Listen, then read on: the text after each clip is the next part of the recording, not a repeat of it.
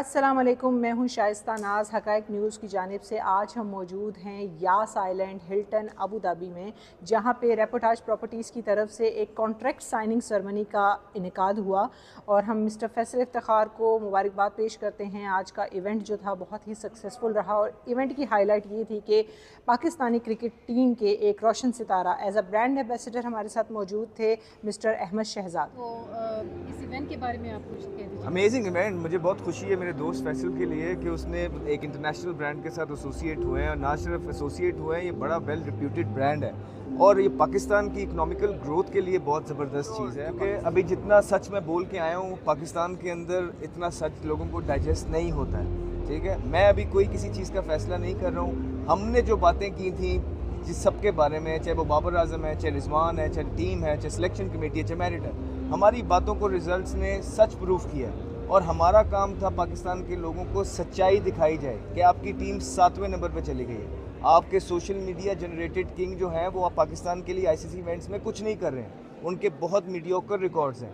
और personal milestone जो है पाकिस्तान क्रिकेट को तबाह कर दिया।